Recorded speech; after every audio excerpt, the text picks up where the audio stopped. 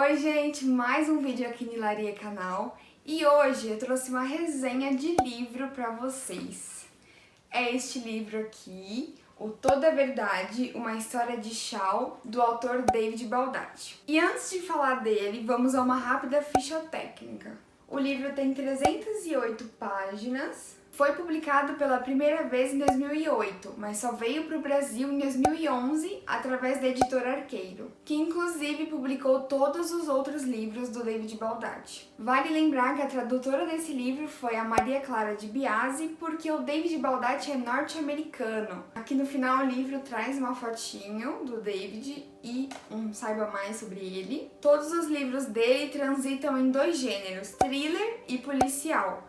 Então, pra quem gosta, fica a dica. É bem nesse clima mesmo e eu particularmente amo. O gênero do livro é definido como ficção policial, suspense e mistério. Então, sobre o que fala Toda a Verdade? A história gira em torno do bilionário e dono de uma empresa de armamentos, Nicholas Creel, do agente faz tudo, Shaw, da jornalista Kate James e do mundo que tá passando por uma suposta nova Guerra Fria. Já vou explicar melhor. E por que eu digo que o mundo é um personagem? Porque diversas vezes, depois de alguma ação dos personagens, o autor dedica um capítulo só para falar das consequências que essa ação teve no mundo, nas maiores potências mundiais. Então, por exemplo, o foco do livro é sempre mostrar a visão dos Estados Unidos, da Rússia e a China. Aliás, os únicos presidentes que o autor não troca o nome ao longo do livro são dos Estados Unidos, o Roosevelt, e da Rússia, o Gorshkov.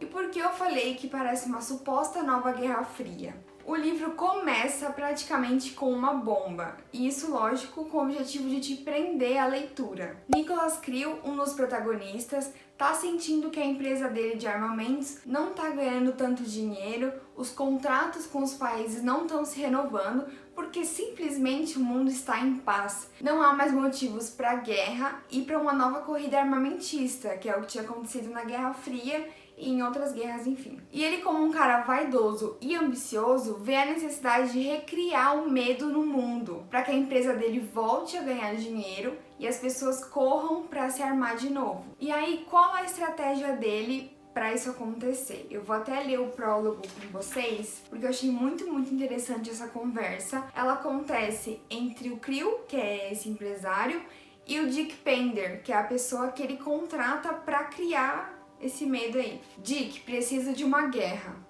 Bem, como sempre, veio ao lugar certo, Sr. Creel. Não será um conflito típico. Nunca espero nada típico de você. Mas você tem que vender isso. Tem que fazer com que eles acreditem, Dick. Posso fazer com que acreditem em qualquer coisa. Deu pra sentir, né? Eu fico até arrepiada. E lendo o prólogo, antes de começar a ler o livro propriamente dito, eu já associei a fake news, a todo esse momento que a gente vive, né? Que as redes sociais podem manipular muita coisa e a gente começa a acreditar sem saber, sem investigar. Bom, essa verdade que eles criam juntos, na verdade, é um vídeo em que aparece um homem, que é um personagem, um ator que eles contrataram, e esse homem se auto-intitula Constantine, esse é o nome dele. Ele aparece num cenário caótico, pegando fogo, dizendo que o governo russo matou a família dele e ia matar ele depois desse vídeo. E aí no final ele vai sumindo e ao fundo fica a imagem de um cogumelo, que é o que produz a bomba nuclear, né? Então dá a entender que ele morreu. Esse vídeo foi postado na internet por essa equipe que o Creel contratou, num horário estratégico, em locais estratégicos. E lógico que viralizou. Essa estratégia de você inventar uma mentirinha para vender como verdade, enfim, conseguir lucro com isso, é um conceito de marketing chamado gestão da percepção. Eu não vou explicar aqui, mas um ponto positivo é que o livro, além da história toda, traz esses conceitos. Outra justificativa de Creel para recriar todo esse medo no mundo é que ele acreditava que o mundo deveria ser controlado pelos poderosos e civilizados e que era papel dele colocar o mundo em seu equilíbrio natural. Super doido, né?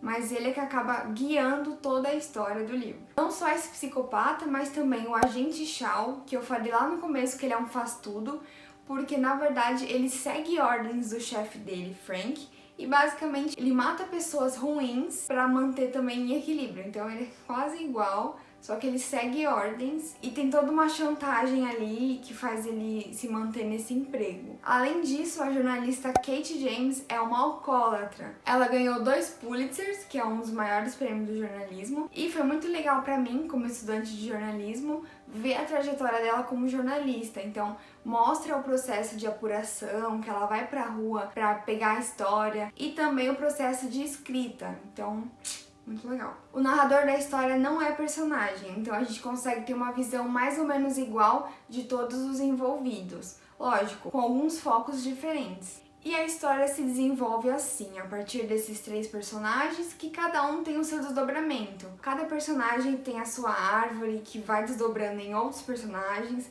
mas isso você descobre só lendo, eu não vou falar aqui. O livro começa muito bem com essa bomba que eu contei pra vocês, só que depois ele dá uma esfriada. O autor tenta posicionar o leitor no que tá acontecendo e mostrar quem são essas pessoas.